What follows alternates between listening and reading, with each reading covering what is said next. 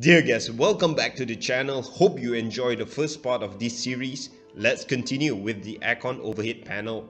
Pack flow selector. Select accordingly depending on the number of passengers and environment, for example, smoke removal, etc. Low provides 80% demand, which pack flow can automatically go up to norm if cooling demand is not satisfied.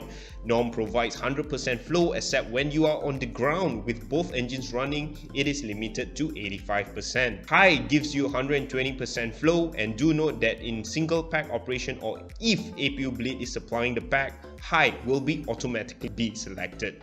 Zone temperature selector. Cold position gives you 18 degrees Celsius and the 12 o'clock position gives you 24 degrees Celsius, and hot gives you 30 degrees Celsius. This hot air push button regulates hot air pressure, and if you switch it off, the valve closes and trim air valves closes. A fault light will come on when duct temperature reaches 88 degrees Celsius. The valve and trim air valves close automatically when the temperature drops below 70 degrees Celsius. Pack push button switch. If it is switched on, pack flow control valve is automatically controlled off and the pack flow control valve closes. And fault when position of the pack flow control valve disagrees, compressor outlet overheat or pack outlet overheats. Do watch my video on A320 air conditioning. Guarded ram air push button. Please request confirmation from the other pilot before using it. When you switch it on, the emergency ram air inlet opens. This is if the ditching push button is not pressed. If delta P is more than 1 psi, the outflow valve control remains normal. No air flows in. If delta P is less than 1 psi, then in automatic mode, the outflow valve open about 50%. The emergency ram airflow is directly supplied to the mixer unit. Okay, engine 1 and engine 2 bleed. The valve opens when upstream pressure is above 8 psi. Also, the APU bleed push button switch has to be off or APU bleed valve closed. No leak, overpressure or over temperature is detected. Engine fire push button is not popped out and engine start valve is closed. Fault light appears if there is overpressure, overheat and leak, or if the valve is not closed when engine is starting or APU bleed is on. APU bleed. Do watch my video on A320 APU where I dive deep into the system. Cross bleed selector. In auto mode, the cross bleed valve will open if APU bleed valve is open and will be closed if the APU valve is closed or if there is a leak. Let's move on to the next section. Commercial push button. If the button is on, all electrical loads are supplied. For example, cabin and cargo lights, water or toilet system, drain mask, ice protection, galley, passenger entertainment system, and also semi-automatic cargo loading. Galley and cabin push button. This is for electrical power to your main galley, secondary galley, your in-seat power supply and all your in-flight entertainment system. It will automatically shed when only one generator is operating. Battery indication showing us the battery voltage. So if the battery push button switch is turned on, it controls the battery charge limiter. The BCL then controls the connection and disconnection of the battery. When you switch it off, the BCL is not operating and the contactor is open. Hot buses remain supplied.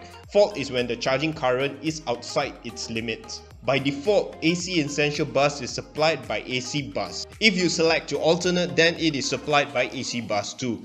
Do note, with auto switching function, AC bus 2 will automatically supply AC essential bus when AC bus 1 is lost. Fault light comes on when AC essential bus is not supplied and if main generators are lost. AC essential bus is supplied by emergency generator or by static inverter. Do watch my video on A320 electrical system.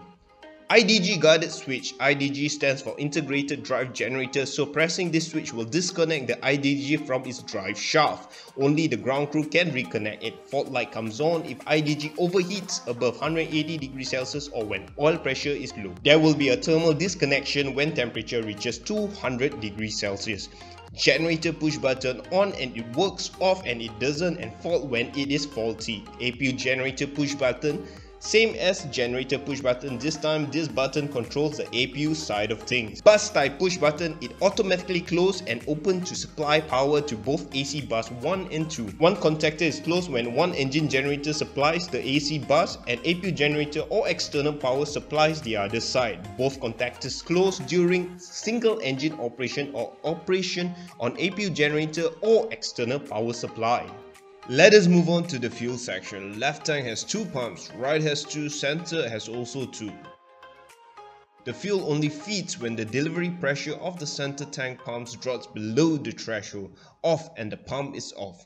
Fault light, ECAM caution will come on when delivery pressure drops. Center tank push button on and the pump runs if man mode is selected on, off and the pump is off. Fault when delivery pressure drops and mode selector is auto means the center tank pumps will run for 2 minutes at engine start. Before or after engine start sequence, the pump runs if slats are retracted and stops automatically 5 minutes after the center tank low level is reached. Man and the pilots control the center tank pumps with center tank pumps push button. Fault light and the ECAM caution comes on if center tank has more than 250 kilograms of fuel and left or right wing tank has less than 5,000 kilograms. In newer aircrafts, the center tank push button are basically transfer valves. Do watch my video on A320 fuel system. If there is an additional center tank, then there will be a push button for that as well. CrossFit push button and the valves open. The open light in green comes on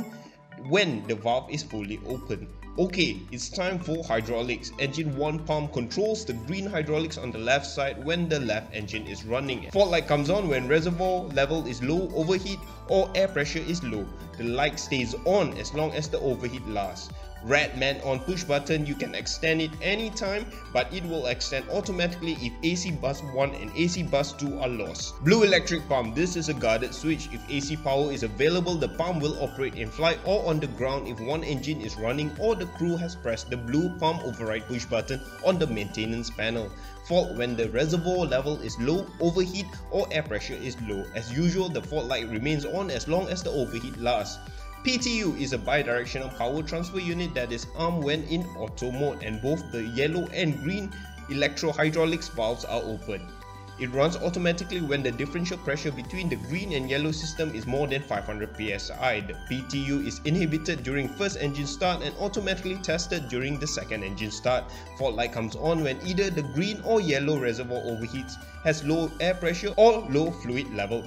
Engine 2 pump, same function as engine 1 pump, just that engine 2 controls the yellow hydraulics and yellow electric pump. You switch it on when you are doing single engine taxi or when ECAM requires you to. Electric pump fault light will come on when reservoir level is low, air pressure is low, overheat or when pump pressure is low. Do watch my video on A320 hydraulic system.